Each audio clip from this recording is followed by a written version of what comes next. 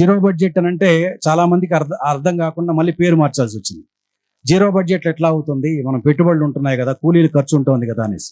ఆయన దానికి ఇచ్చినటువంటి వివరణ ఏంటంటే, మీరు ప్రధాన పంట ఏదైతే ఉందో ఆ ప్రధాన పంట ఆదాయంగా తీసుకోండి, దానికి వచ్చేటువంటి మిగిలినటువంటి బార్డర్లో క్రాప్ కానీ లేకపోతే అంతర పంటగా కానీ తీసుకునేటువంటివన్నీ కూడా అదనపు ఆదాయం కదా.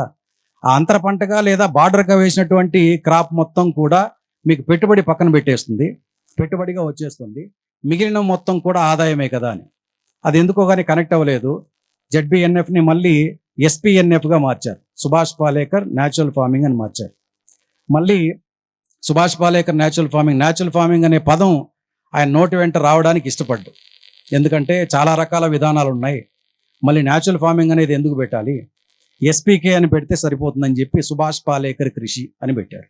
పేర్లు ఏదైనా కానివ్వండి, టెక్నాలజీ ఆయిందే. ఆయన ఎక్కడ ఏ విధానానికి కూడా పేటెంట్ తీసుకోలేదు, ఇది నాది అని చెప్పనలేదు, ఇది అందరిది.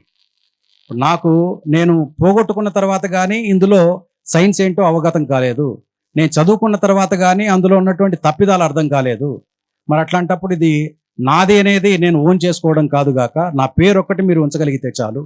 దీనికి ఎక్కడా కూడా దేనికి ఎవరికి కూడా మీరు డబ్బు రూపేనా లేకపోతే వేరే వాళ్ళకి రాయల్టీ రూపేనా ఏది కట్టాల్సిన అవసరం లేదు అని. చాలామంది పేటెంట్ తీసుకున్నటువంటి వాళ్ళు ఉన్నారు, వాళ్ళు ఫ్రీగా ఎడ్యుకేట్ చేస్తూ ఉండొచ్చు గాక.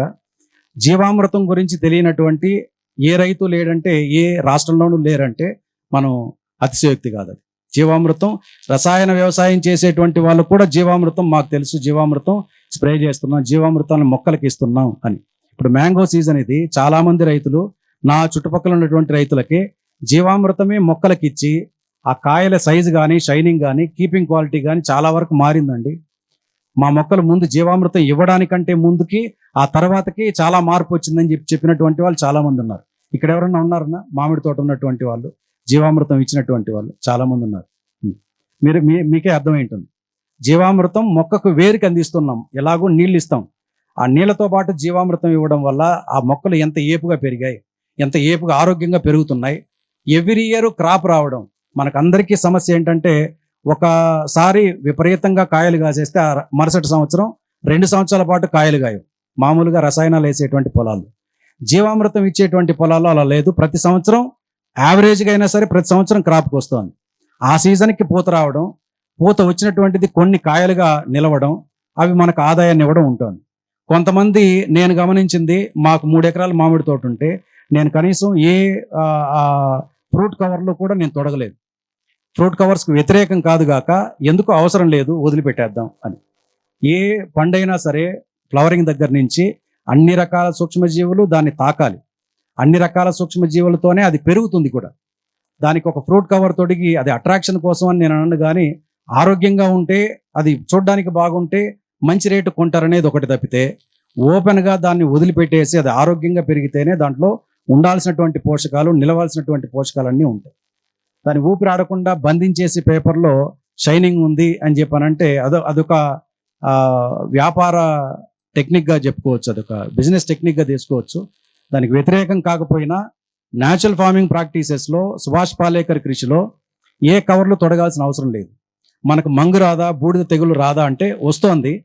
అది కాయ సైజు పెరిగే కొద్దీ దాని అవశేషాలు పూర్తిగా పోతున్నాయి, బాగా పక్వానికి వచ్చిన తర్వాత. 1-2 కాయలకు ఉండొచ్చు కాక, అది అనారోగ్యం అయితే కాదు. తినేటువంటి వాళ్ళకి, వినియోగదారులకు అనారోగ్యాన్ని ఇచ్చేటువంటిది కానే కాదు కాక. కాబట్టి జీవామృతం మాత్రమే ఇస్తే పంట ఎలా వచ్చేస్తుందని అంటే, సుభాష్ పాలేకర్ కృషిని కొంతవరకు అర్థం చేసుకున్నటువంటి వాళ్ళు, వాళ్ళ యొక్క అనుభవాలను తెలుసుకుంటే అది ఎలా వస్తుందో సులభంగా అర్థమవుతుంది. ఇప్పుడు ఇందాక చెప్పాను చూడండి, మల్చింగ్, మామిడి ఆకులన్నీ రాలి పడతాయి. దాన్ని చెట్టు కింద మాత్రమే కాకుండా ఆ చెట్టు వేరు, ఆ పిల్ల వేర్లు ఎంత పొడవు ఉంటుందో ఆ చెట్టు మొదళ్ళకు తోయగలిగితే చాలు. మనం నీళ్ళు ఎలాగో ఇస్తాం, తడి ఇస్తాం, జీవామృతం ఇస్తున్నాం, ఆకులన్నీ త్వరగా మగ్గుతాయి. మీరు గమనిస్తే చెట్టు తోపు మొత్తం ఉన్నటువంటి ఆకులు త్వరగా మగ్గడం కంటే ఆ చెట్టు వేర్లు ఎక్కడ వరకు అయితే వెళ్తూ ఉంటుందో అక్కడ వరకు మాత్రమే మొదళ్ళకు తోసి మనం వదిలిపెట్టేసి తేమిస్తే, మనం ఈ జీవామృతాన్ని ఇస్తే అది త్వరగా అది కంపోస్ట్ అవుతోంది. కంపోస్ట్ అవడమే కాదు, అక్కడ ఉన్నటువంటి సూక్ష్మజీవులు త్వరగా ఆ కంపోస్ట్ చేసి మొక్కలకు కావలసినటువంటి ఆ సూక్ష్మ పోషకాలను అందిస్తూ ఉంటుంది. ఇది దానిలో ఉన్నటువంటి సైన్స్ సహజంగానే.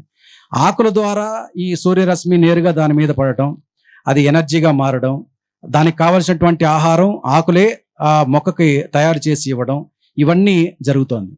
కాబట్టి చిన్న చిన్నవి మనం చేయగలిగితే, 1-2 పంటలు మనం చేసినప్పుడు ఏ పంటలు బాగా వస్తున్నాయో వాటిని అబ్జర్వ్ చేస్తే, అదే మెథడ్నే మిగిలినటువంటి పంటలకి కూడా మనం అప్లై చేసుకోగలిగితే సులభంగా ఏ పంట అయినా తీసుకోవచ్చు. కూరగాయల్లో వంగ, మిర్చి ఈ 2 చాలా కష్టమైనటువంటి పంటలు. ప్రకృతి వ్యవసాయంలో, రసాయన వ్యవసాయంలో, ఏ వ్యవసాయంలో అయినా సరే. సుభాష్ పాలేకర్ కృషిలో సులభమైనటువంటి విధానం ఏంటంటే ఇదే: మల్చింగ్ వేసుకోవడం, ద్రవజీవామృతం, ఘనజీవామృతాన్ని ఇవ్వడం. దానికంటే ముందే మొక్కలు నాటేటప్పుడు నర్సరీ నుంచి తెచ్చుకున్న, లేదా మనమే నర్సరీ చేసామనంటే విత్తన శుద్ధి చేసుకోవడం విత్తనాలకి. నాటేటప్పుడు వేరు శుద్ధి, మళ్ళీ బీజామృతంలో వేరు శుద్ధి చేసుకోవడం, మొక్కలు నాటుకోవడం. నాటిన తర్వాత కొన్ని రోజులకి మల్చింగ్ వేసుకోవడం, ఈ ఎండినటువంటి పదార్థాలతో మల్చింగ్ వేసుకుంటూ జీవామృతం, ఘనజీవామృతం ఇస్తూ రావడం, దానికి కావలసినటువంటి తడి ఇవ్వడం. ఇక్కడ కష్టమైనటువంటి విషయం, మనం గుర్తుపెట్టుకోవాల్సిన విషయం ఏంటంటే, ఏ సీజన్లో ఏ క్రాప్ వేసుకోవాలి, ఏ సీజన్లో ఏ కూరగాయలు వేసుకోవాలి, ఈ అనుభవం కొంత వస్తే చాలు. వంగ కష్టమైంది కాదు, అలాగే మిర్చి కూడా కష్టమైంది కాదు. ఏ మొక్క అయితే పూర్తిగా మంచులో, లేదా ఏ మొక్క అయితే పూర్తిగా ఎండలో అలాగే వదిలిపెట్టి ఒట్టి నీళ్లు మాత్రమే ఇస్తామో, ఆ మొక్కలకి రకరకాల డిసీజెస్ వస్తాయి. ఆ మొక్కలకి సెల్ఫ్ రెసిస్టెన్స్ ఉండదు. సెల్ఫ్ రెసిస్టెన్స్ ఇచ్చేది సూక్ష్మజీవులే.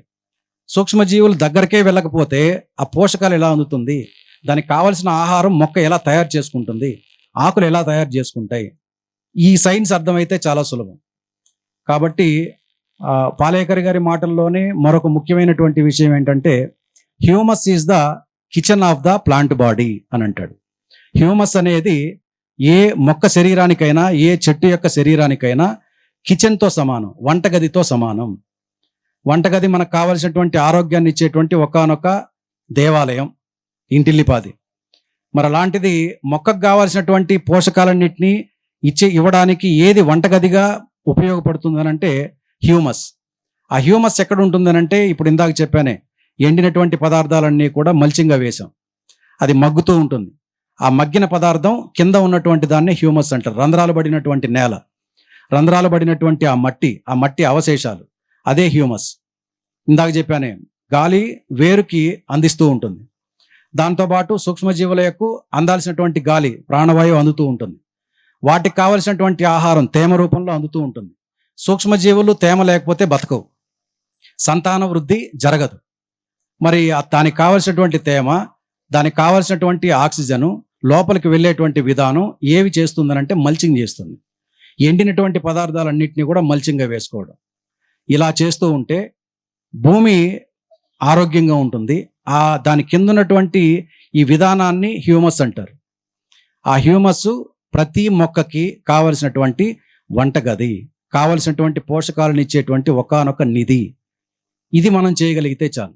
మరిన్ని అప్డేట్స్ కోసం బ్యాక్ టు రూట్స్ యూట్యూబ్ ఛానల్ని సబ్స్క్రైబ్ చేసుకోండి.